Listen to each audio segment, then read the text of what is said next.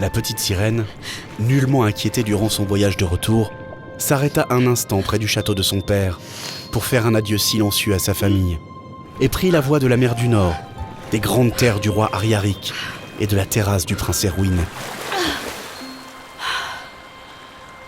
Alors que le ciel étoilé abritait une lune magnifique, Toé, seule au pied d'un gigantesque château dont elle ne savait rien, but la potion nauséabonde de l'affreuse Circé.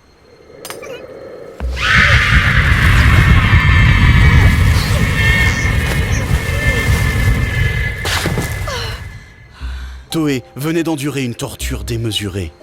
Elle avait d'abord senti sa queue s'ouvrir en deux, comme déchirée par une lame émoussée, puis des milliers de piqûres si violentes qu'elle s'était finalement évanouie, restant inconsciente jusqu'au matin.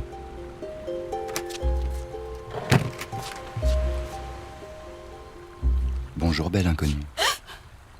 Pardon, je vous ai réveillé. Vous allez bien? Je suis désolé de vous demander ça, mais comment êtes-vous arrivé là? Ça ne fait rien. Venez avec moi, il vous faut des vêtements. Enveloppée dans sa longue chevelure, Toé se dressa maladroitement sur ses toutes nouvelles jambes et ressentit le terrible supplice que Circé lui avait décrit. Elle s'imaginait marcher sur les clous rouillés qu'elle trouvait parfois dans les épaves des bateaux. Malgré sa douleur, elle avançait avec la grâce d'un ange dans les couloirs du château, la main dans celle du beau prince Erwin, venu à son secours. Brunhilde?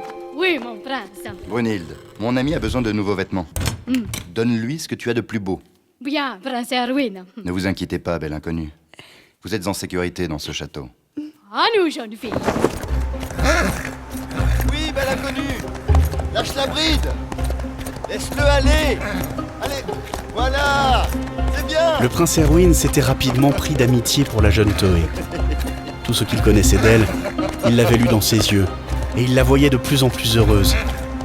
Elle ne savait pas lire, elle ne savait pas écrire, elle ne pouvait pas parler, et pourtant, il ne semblait avoir aucun mal à communiquer.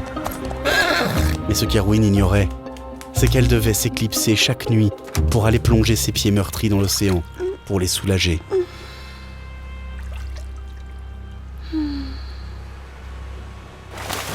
Toé, on t'a cherché partout. La vieille Circé nous a tout raconté. On voulait pas y croire. Mais qu'est-ce qui t'a pris?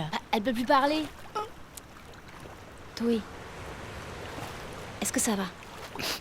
Papa et grand-mère sont très tristes, tu sais. Ça te fait mal? On va t'aider, Toé. On te le promet.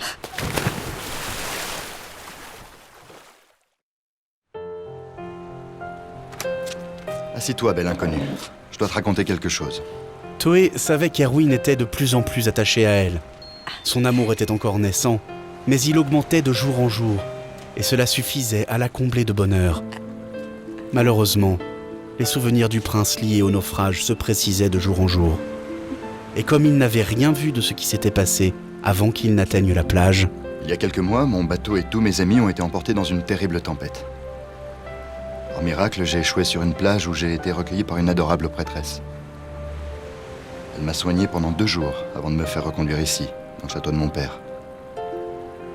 Aujourd'hui, j'ai compris que je ne pourrais jamais épouser cette femme qui m'a un jour sauvé la vie puisqu'elle a fait le choix de devenir religieuse. Erwin aimait éperdument une mystérieuse prêtresse, alors que c'était Toé qui l'avait arrachée à une mort certaine. Elle était donc la victime d'une terrible injustice dont elle ne pouvait se défendre. Mais malgré cela, un espoir perdurait. Mais toi, ma belle inconnue, tu lui ressembles énormément. J'arrive presque à l'oublier quand je suis avec toi. Et jamais je ne pourrai te quitter. Pourtant, un matin, Toé fut réveillée par l'armement d'un gigantesque navire sur la baie.